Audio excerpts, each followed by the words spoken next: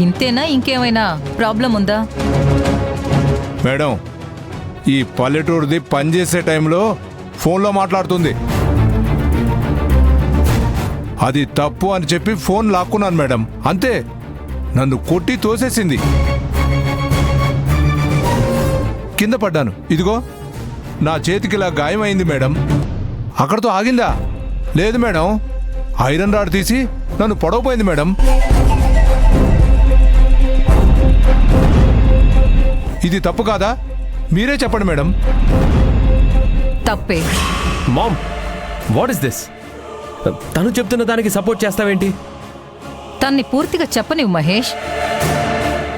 అయితే ఇప్పుడేం చేయాలంటావు Karunakar? Madam, production హెడ్డుని, నా మాటకి ఎలాంటి విలువివ్వని వీళ్ళిద్దరూ ఈ కంపెనీలో ఉండటానికి వీల్లేదు.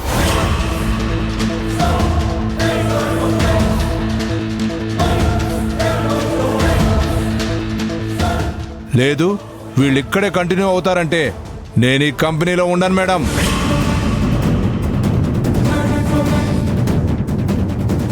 ఈ కంపెనీకి అనుభవం ఉన్న నేను ముఖ్యమా, లేక నిన్నగాక మొన్న మొలిచిన మొక్కల్లాంటి వీళ్ళు ముఖ్యమా? మీరే చెప్పండి మేడం. కరుణాకర్, నీ డిమాండ్లో న్యాయం ఉంది. మామ్, నన్ను పూర్తిగా చెప్పనివ్వు మహేష్.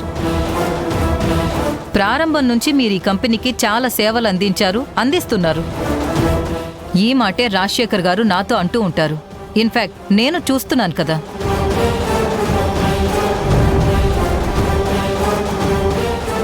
అలాంటి మిమ్మల్ని గౌరవించకపోవడం వీళ్ళు చేసిన తప్పే.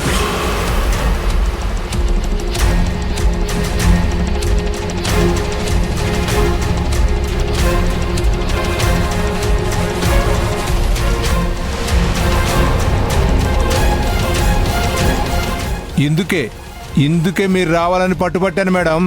మీ వైపు న్యాయం ఉన్నమాట నిజం.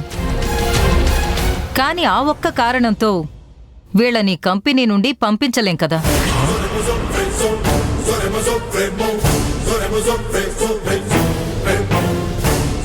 మీ అంత సీనియర్ కాకపోవచ్చు, కానీ అశ్విన్ చాలా మంచి వర్కర్.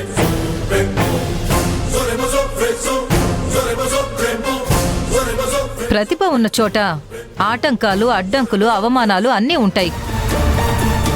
అంత మాత్రం చేత నేను వెళ్ళిపోతాను అనే మాట అనకూడదు కరుణాకర్. లేదు మేడం, ఇంకా వీడిక్కడే ఉంటే అది నా మర్యాదకే అమర్యాద. నేను మాట్లాడుతుంటే మధ్యలో మాట్లాడతారేంటి?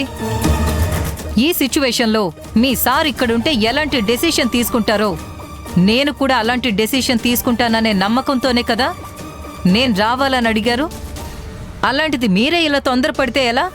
Sorry madam. చూడండి, 10 మంది కలిసి పనిచేసే చోట చిన్న చిన్న అపార్థాలు, చేదు అనుభవాలు ఎదురవుతూ ఉంటాయి. వాటిని తేలిగ్గా తీసుకోగలిగితేనే అందరూ కలిసిమెలిసి సమైక్యంగా పనిచేయగలుగుతారు.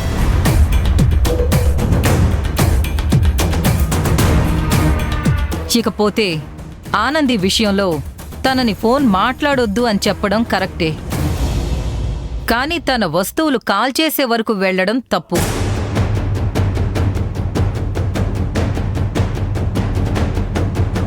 అది కాదు మేడం.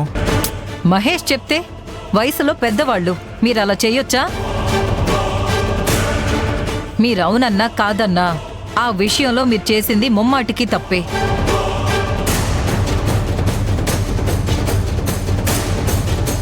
ఆ తప్పుని మీరు ఒప్పుకుని తీరాలి. రెండు వైపులా తప్పున్నప్పుడు ఒకళ్ళకొకళ్ళు సారీ చెప్పుకుని కాంప్రమైజ్ అయితే అది మీకు, మీతో పాటు కంపెనీకి కూడా చాలా మంచిది. వయసుకైనా గౌరవం ఇవ్వకుండా ఆనంది మిమ్మల్ని అలా తోసేయడం, గాయపరచడం తను చేసిన తప్పే. కాబట్టి ఆనంది మిమ్మల్ని క్షమాపణ అడుగుతుంది.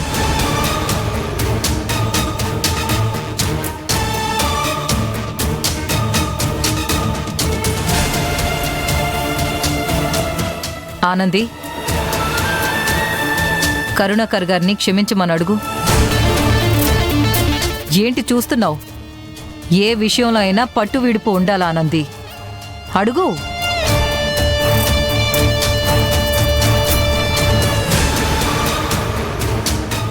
ఈ ఈవిడేంటి ఆనందిని తక్కువ చేసి తీర్పునిచ్చింది?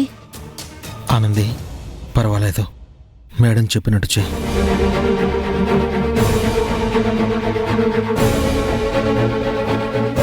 నన్ను క్షమించండి.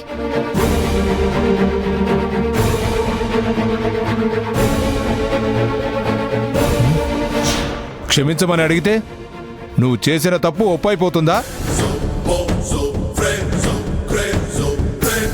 పోయిన నా గౌరవ మర్యాదలు తిరిగి వస్తాయా?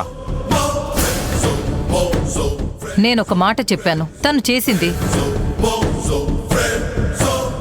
ఇంకా మీరు కంపెనీలో నుంచి వెళ్ళిపోవడం అంటే అది నన్ను ఇన్సల్ట్ చేసినట్టే.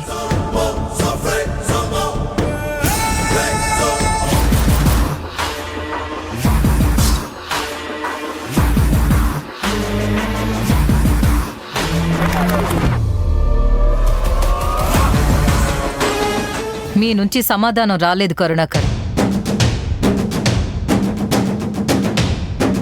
మేడం, ఈ అమ్మాయి అడిగిన క్షమాపణలు నేను అంగీకరించడం లేదు. కానీ మీ మీద గౌరవంతో ఈ విషయాన్ని ఇక్కడితో వదిలేస్తున్నాను. అశ్విన్, ఆనంది, మీరు డ్యూటీలో చేరండి. అలాగే మేడం. అందరూ వెళ్ళండి, వర్క్ స్టార్ట్ చేసుకోండి. పద.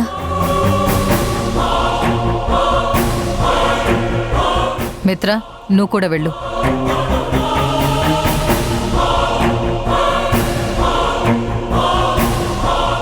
మీరంతా వర్క్ చేసుకోండి.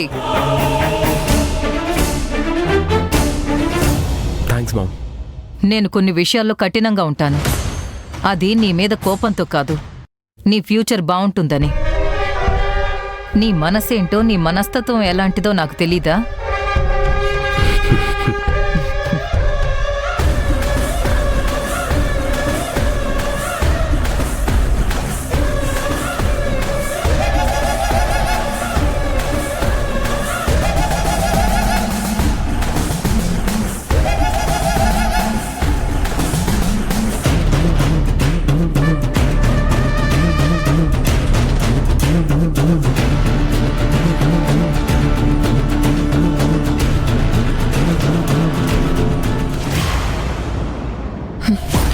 మీరొస్తున్నారు, ఆనందిని అశ్విన్ని బయటికి పంపించేస్తారనుకున్నాను. కానీ మీరు వాళ్ళిద్దరూ ఇక్కడే కంటిన్యూ అవుతారని ఆర్డర్ పాస్ చేశారు. ఎందుకు అలా చేశారా అండి? మీకేమైంది? దానికి ఒక కారణం ఉంది. లేకపోతే నేను అలాంటి డెసిషన్ తీసుకోనని నీకు బాగా తెలుసు. మీకేం తెలుసని అశ్విన్ని సుందరుడు అనే రూమర్ క్రియేట్ చేశారు అంటూ నానా గోల చేశాడు మహేష్. ఆనందిని ప్రేమిస్తున్నాను, తనతోనే నా జీవితం, తను లేని జీవితం నాకు అవసరం లేదు అన్నాడు.